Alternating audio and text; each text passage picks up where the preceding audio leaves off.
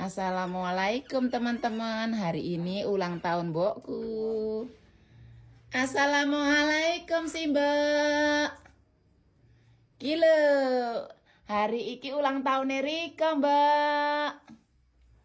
Kayak cekik angyong. Engko dhisik. Iki makanan sing paling larang mbok. Paling larang apa? Wong Mbak Dino kok tuku wae. Matamu picek yo. Kurang ajar Mbak Dino dikurung wae Mbak Dino nang kene. Ora oleh metu. Kaya rela ora gelem nulungi. Mbok man metu. Jowoke piring plastik ke lah. Nggo mangan si mbah. Kok kono bener rela. Iki Sira banget teng nur. Wong Mbak Dino. Wenang tak peket sira. Banget teng banget.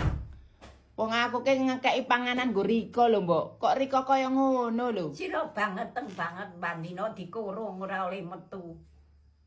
Wong apa nyongke maling yo. Kayane ora maling bandamu. Acu buntung tenang.